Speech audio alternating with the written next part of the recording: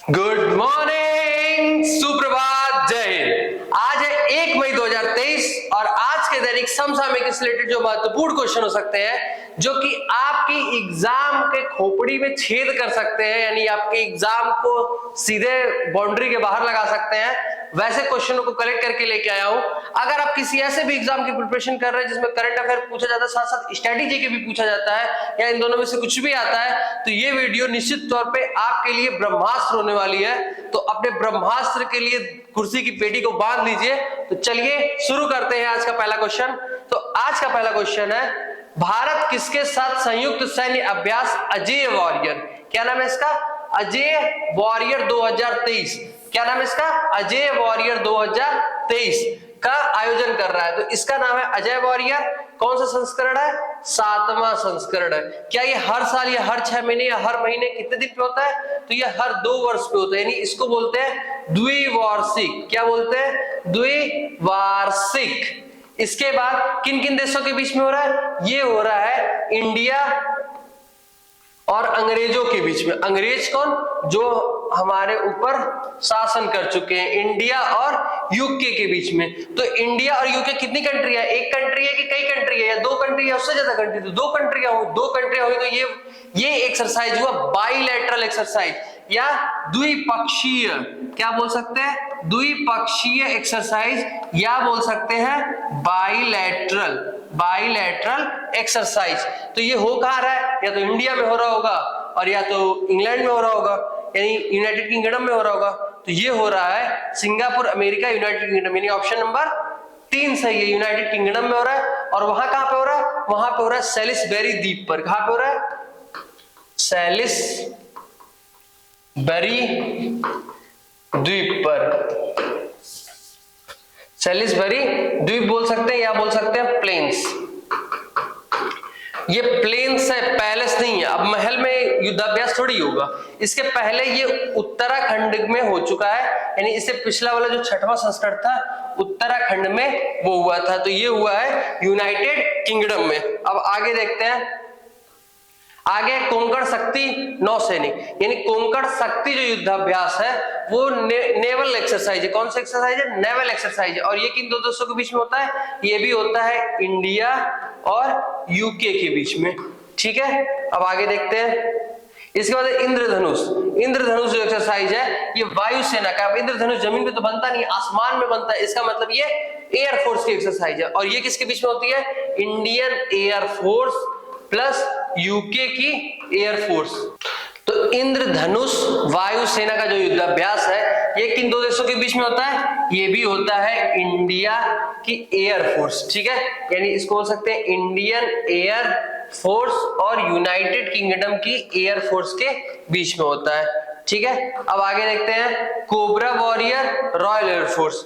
तो United kingdom की air force को क्या बोलते हैं, रॉयल एयरफोर्स। तो कोबरा वॉरियर किसमें होता है, यानी royal air force plus Indian air force के बीच में होता है कोबरा वॉरियर। आगे देखते हैं, साइक्लोन। साइक्लोन के आगे टर्म जुड़ा रहेगा 1। ठीक है, साइक्लोन 1 अब तक पहली बार होने वाला युद्धाभ्यास है, इसलिए एग्जाम की दृष्टि से बहुत ज्यादा इंपॉर्टेंट है। तो ये हुआ है इंडिया और इजिप्ट के बीच में। किसके बीच में, इंडिया और इजिप्ट के बीच में, यानी जिसे आप मिस्र भी बोलते हैं। टाइगर ट्रम, वज्र प्रहार, तर्कस, ये तीनों के तीनों जो युद्धाभ्यास है ये इंडिया और यूएसए के बीच में होने वाला युद्धाभ्यास है। आगे देखते हैं, गरुड़ शक्ति, समुद्र शक्ति। अगर क्वेश्चन ऐसे आ जाए कि गरुड़ युद्धाभ्यास किन 2 देशों के बीच में होने वाला, तो भारत फ्रांस। शक्ति युद्धाभ्यास किन 2 देशों के बीच में होने वाला, भारत फ्रांस। लेकिन अगर बोल दे गरुड़ शक्ति तो कंफ्यूज नहीं होना है, और या समुद्र शक्ति, तो गरुड़ शक्ति या समुद्र शक्ति होने वाला है इंडिया प्लस इंडोनेशिया, इंडिया और इंडोनेशिया के बीच में। आगे देखते हैं, हाल ही में वर्ल्ड डेवलपमेंट रिपोर्ट, क्या है, वर्ल्ड डेवलपमेंट रिपोर्ट 2023 को किसने जारी किया है, तो इसको जारी किया है विश्व बैंक, यानी वर्ल्ड बैंक ने। वर्ल्ड बैंक का एक और नाम है IBRD, International Bank for Reconstruction Development. क्या है इसका फुल फॉर्म, इंटरनेशनल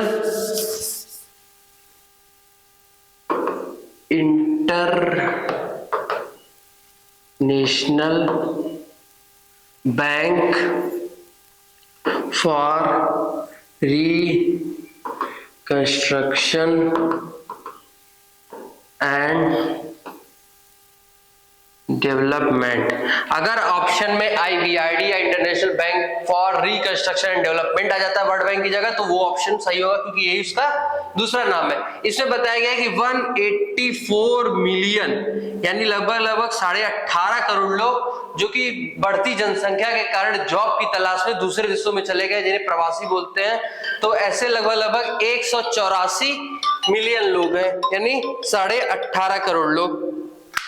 हेलो,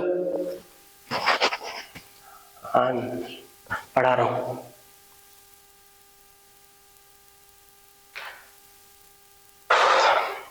तो ऐसे 18.5 करोड़ लोग यानी 184 मिलियन लोग जो कि जॉब की तलाश में दूसरे देशों में चले गए, प्रवासी बन गए हैं। तो ये भी एक तरह से एक समस्या ही है कि इतने लोगों को देश छोड़ना पड़ रहा है। और उसी के साथ साथ ऐसे लोग जो दूसरे देशों में तो गए, वहां के लोगों ने उनको अस्वीकार कर दिया, यानी वहां की सरकार ने उनको लेने से मना कर दिया। और जब वो वापस अपने देश में है तो अपने देश वालों ने कहा नहीं, अब तुम उधर ही जाओ, तुम्हारा काम खत्म। तो ऐसे लोग को बोलते हैं, क्या बोलते हैं? शरणार्थी। क्या बोलते हैं? शरणार्थी। तो ऐसे लोग को बोलते हैं शरणार्थी। और ये लगभग है इस समय 37 मिलियन, लगभग 3 करोड़ लोग। तो ऐसे लोग देश के लिए ज्यादा समस्या है, क्योंकि ऐसे लोग का क्या होगा? वो किस देश के? वो तो किसी देश के नागरिक तक नहीं बचे। तो ठीक है, तो इसका ऑप्शन नंबर 4 सही है। और इस बार की थीम है migrants, refugees and societies. Migrants, refugees and societies. Next question है, fit India champion Arjun Vajpayee. कौन? अर्जुन वाजपेयी हाल ही में कौन से पर्वत पर सफलतापूर्वक चढ़ाई की है? तो इन्होंने की है चढ़ाई माउंट अन्नपूर्णा पे। ये घूमने गए हुए थे नेपाल के साइड पर्वतों पे। अचानक इनका लोकेशन छूट गया। तो मूवी वाली सीन चल रही थी, अचानक इनका लोकेशन छूट गया। बाद में पता चला, इन्होंने मैसेज देके बताया कि हम इस अन्नपूर्णा की पहाड़ी पे पहुंच गए। बाद में पता चला कि अरे ये तो दुनिया की 10वीं, मतलब इनको बाद में पता चला कि ये तो दुनिया की 10वीं थी, इनका तो नाम रिकॉर्ड पे आ गया। और इसके बाद वहां से टीम गई, इनको बचाई, फिर इसके बाद इनको हॉस्पिटल में भर्ती कराया गया। तो कौन सा ऑप्शन सही है? Option number 1। ये उनकी फोटो। और इसकी ये जो माउंट अन्नपूर्णा है, इसकी हाइट कितनी है? 7363 मीटर। कितनी है? 7363 मीटर। नेक्स्ट क्वेश्चन है, हाल ही में राजस्थान में घोषित नया वन्य जीव संरक्षण रिजर्व का है। तो इसकी एक ट्रिक है, इसकी ट्रिक है कि आप लोग जानते होंगे खसम। खसम मतलब अरे वो नहीं, खसम मतलब हस्बैंड। तो खसम, ख से क्या होगा? खींचन। क्या है? खींचन। स से क्या है? शोरसेन। शोरसेन। इसके बाद म से क्या है? हमीरगढ़। हमीरगढ़। ये तीनों के तीनों नए वन्य जीव संरक्षण केंद्र बने। कहां पे? राजस्थान में। तो खींचन कहां पे है? खींचन है जोधपुर में। खींचन कहां है? जोधपुर में। शोरसेन कहां है? बर्रा में। ठीक है, अगर ये नाम नहीं भी याद हो तो कोई दिक्कत नहीं, ये तीनों नाम याद रखिएगा। हमीरगढ़ कहां पे है? हमीरगढ़ है भीलवाड़ा में। भीलवाड़ा में है। तो ये तीनों के तीनों नए वन्य जीव संरक्षण केंद्र घोषित किए गए। तो ऑप्शन नंबर 4 सही है, उपर्युक्त सभी। आगे देखते हैं नेक्स्ट क्वेश्चन। राजस्थान का चौथा तथा इंडिया का 52वां टाइगर रिजर्व कौन सा है? रामगढ़ विषधारी। कौन सा है? रामगढ़ विषधारी। विषधारी। अगर कहीं भी बुक में आपको ऐसा मिल जाता है कि राजस्थान में 5 टाइगर रिजर्व है, 6 टाइगर रिजर्व है, तो ऐसा कुछ भी नहीं है, 4 टाइगर रिजर्व है। अभी तक तो ऐसा ही है। अगर डेटा में आगे कुछ एडिटिंग होती है तो फिर वो आपको बता दिया जाएगा। भारत का 53वां तथा उत्तर प्रदेश का जो नया टाइगर रिजर्व है उसका नाम क्या है? रानीपुर का टाइगर रिजर्व। क्या नाम है उसका? रानीपुर का टाइगर रिजर्व। ठीक है, आगे देखते हैं। Project tiger. प्रोजेक्ट टाइगर के तहत कब की इसकी स्थापना हुई थी? 1973 में श्रीमती इंदिरा गांधी के समय इसकी स्थापना हुई थी। और इस समय जो टाइगर की जनगणना हुई है उसमें कितने टाइगर इस समय? 3167 टाइगर पाए गए हैं, यानी उनकी संख्या में बढ़ोतरी हुई है। आगे देखते हैं। कूनो नेशनल पार्क, ये मध्य प्रदेश का है, जहां पे नामीबिया से लाकर चीते रखे गए हैं। ये क्वेश्चन भी इंपॉर्टेंट है और इस समय चर्चा में है क्योंकि उनकी डेथ हो रही है लगातार। हाल ही में चर्चा में रही स्वागत पहल का संबंध किस राज्य है? तो स्वागत पहल ऐसी पहल है जिसमें अगर आपकी कोई समस्या है जिसका समाधान नहीं हो पा रहा, तो टेक्नोलॉजी के माध्यम से आप सीधे सीएम से संपर्क कर सकते हैं। तो ये चीज थी 2003 की, जब नरेंद्र मोदी जी वहां पे क्या थे? सीएम थे। आप सीधे सीएम से कर सकते हैं कांटेक्ट कर सकते हैं अगर कोई प्रॉब्लम होती है। तो कहां की है? गुजरात की। तो उसके 20 वर्ष पूरे होने पर, सफलतापूर्वक 20 वर्ष पूरे होने पर इसको फिर से लोग याद कर रहे हैं, उसको फिर से सेलिब्रेट किया जा रहा है। तो कहां का किस संबंध से? इसका किस राज्य से संबंध है? गुजरात से। ठीक है, नेक्स्ट क्वेश्चन है हेरिटेज फेस्टिवल वाले क्वेश्चन पूछे जाते हैं। अब हेरिटेज क्या होता है? धरोहर। तो हेरिटेज फेस्टिवल 2023 क्या है कि किसी के धरोहर को याद किया जा रहा है। तो ये हो रहा है गोवा वाले बीच पे, बीच पे नहीं हो रहा, मतलब गोवा में ही हो रहा है, लेकिन गोवा वाले बीच आपने गाना सुना ही होगा। तो गोवा में हो रहा है। अब गोवा की धरोहर क्या होगी? वहां की लैंग्वेज यानी कोंकणी लैंग्वेज, वहां के डांस, वहां का कल्चर, वहां के कपड़े, वहां का रहन सहन। तो उसी चीज को प्रमोट करने के लिए और उसे लोग याद रख सकें, इसीलिए तो हम फेस्टिवल मनाते हैं। तो उसी चीजों को मनाने के लिए ये लोग भी फेस्टिवल मना रहे हैं। हेरिटेज फेस्टिवल 2023 कहां मना रहे हैं? गोवा में मना रहे हैं। ये रहा गोवा में, और G20 समिट के अंतर्गत इसे मनाया जा रहा है। हर घर जल वाला जिला कौन सा है? ये है बुरहानपुर। कौन सा है? बुरहानपुर। बुरहानपुर किस राज्य में है? मध्य प्रदेश, मामा की नगरी। इसके बाद आगे देखते हैं हर घर जल वाला राज्य। हर घर जल वाला राज्य कौन सा है? गोवा। कौन सा है? गोवा। आगे देखते हैं रेबीज मुक्त राज्य। तो रेबीज मुक्त राज्य कौन सा है? तो रेबीज मुक्त राज्य भी है गोवा। ठीक है, कौन सा राज्य है? गोवा। आगे देखते हैं सिग्मो फेस्टिवल किस राज्य में मनाया जाता है? तो सिग्मो फेस्टिवल मनाया जाता है गोवा में। कहां पे? गोवा में ही मनाया जाता है। अब गोवा से रिलेटेड ही क्वेश्चन ज्यादातर उठाए गए। जोजोवा फेस्टिवल कहां मनाया जाता है? जोजोवा फेस्टिवल, सिग्मो फेस्टिवल और हेरिटेज फेस्टिवल कहां मनाया जाता है? गोवा में। गोवा कैपिटल क्या है? पणजी। क्या है? पणजी। आगे देखते हैं, और यहाँ के सीएम कौन है? प्रमोद सावंत। मोपा इंटरनेशनल एयरपोर्ट का नाम बदल के क्या रख दिया गया? मोपा। म से मनोहर, पा से पारिकर, मनोहर पारिकर। अब देखिए आगे इंटरनेशनल एयरपोर्ट लिखा, तो आगे इंटरनेशनल एयरपोर्ट। तो मोपा इंटरनेशनल एयरपोर्ट का नाम बदल के क्या कर दिया गया? मोपा का बदल कर दिया गया मनोहर पारिकर। नेक्स्ट क्वेश्चन है हाल ही में किस राज्य की प्राचीन वस्त्र कला, ये मिसप्रिंट है, काला नहीं है, कला, मातानी पछेड़ी। क्या नाम है? मातानी पछेड़ी। मातानी पछेड़ी का मतलब क्या होता है? माता के पीछे, माता के पीछे। ये एक तरह से प्राचीन वस्त्र कला है जो कि अभी प्रधानमंत्री नरेंद्र मोदी ने ऋषि सुनक यानी ब्रिटेन के पीएम ऋषि सुनक को गिफ्ट किया था। ये माता की पछेड़ी इस वजह से चर्चा में आ गया। इसके बुनकर बहुत कम ही परिवार के हैं, इसलिए ये थोड़ा सा पीछे पड़ा, मतलब जैसे कहा था पीछे छूट गया था। तो इसको मिला है जीआई टैग। कहां का है ये? गुजरात का है। कब चर्चा में? जब ऋषि सुनक को गिफ्ट दिया गया। तो इसके बाद देख सकते हैं ये उसकी मातानी पछेड़ी की वो है। और देखिए जीआई टैग होता क्या है? तो जीआई टैग होता है जियोग्राफिकल इंडिकेशन।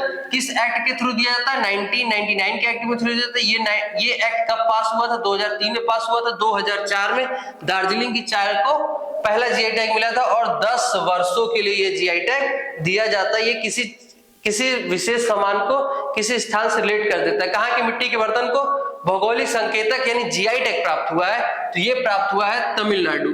कहां के प्राप्त हुआ है? तमिलनाडु।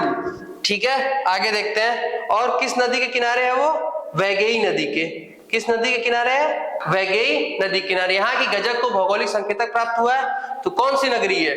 मामा की नगरी, मध्य प्रदेश। शिवराज सिंह चौहान जहाँ के सीएम है। बसोली पेंटिंग, ये बहुत इंपॉर्टेंट क्वेश्चन है, इसके एग्जाम में फंसने के चांसेस बहुत ज्यादा है। कहाँ की? ये जम्मू कश्मीर की बसोली पेंटिंग। आगे देखते हैं नागरी दूबराज चावल किस जिले का? छत्तीसगढ़ के धमतरी जिले का है, यानी ये छत्तीसगढ़ का है जिसे जीआई टैग प्राप्त हुआ है। आगे देखिए मिर्जा चावल नहीं है, ये मिर्चा चावल है। मिर्चा ये काली मिर्च की तरह दिखता है इसलिए मिर्चा चावल है। ये कहाँ का है? बिहार का। जिया हो बिहार के लाला। इसके बाद कांगड़ी चाय, कांगड़ी चाय कहाँ की है? हिमाचल प्रदेश की, जिसे यूरोप का जीआई टैग मिला है। ठीक है, आगे देखते हैं। बनारस का लंगड़ा आम, रामपुर का घंटा नहीं है, ये भंटा है, यानी बैंगन। तो रामपुर का भंटा और बनारस का लंगड़ा आम, अब ये सब कहाँ के होंगे? बनारस के ही होंगे। अब बनारस कहाँ पे है? यूपी में, उत्तर प्रदेश में। आगे देखते हैं। बनारस का पान कहाँ का है? ये उत्तर प्रदेश, उत्तर प्रदेश, योगी आदित्यनाथ का स्टेट। आगे देखते हैं। वित्त वर्ष 2023 में भारत का सर्वाधिक लगभग 24% निर्यात करने वाला जिला कौन सा बना है? इतना ज्यादा, तो कौन सा बना है? जामनगर। सबसे ज्यादा किस चीज का निर्यात करता है ये? पेट्रोलियम का, पेट्रोलियम का। इसके बाद दूसरे नंबर पे कौन सा है? सूरत। दूसरे नंबर पे कौन सा है? सूरत। तीसरे नंबर पे कौन सा है? महाराष्ट्र का मुंबई। तो फर्स्ट, सेकंड, थर्ड तीनों याद की रहिएगा। फर्स्ट है जामनगर जो कि लगभग 24% का निर्यात करता है। सेकंड नंबर पे सूरत, थर्ड नंबर पे मुंबई। आगे देखते हैं। आगे है the country with the largest remittance in the world. जब आप किसी दूसरे देश में जाते हैं और अपने देश को पैसा भेजते हैं तो उसको बोलते हैं रेमिटेंस।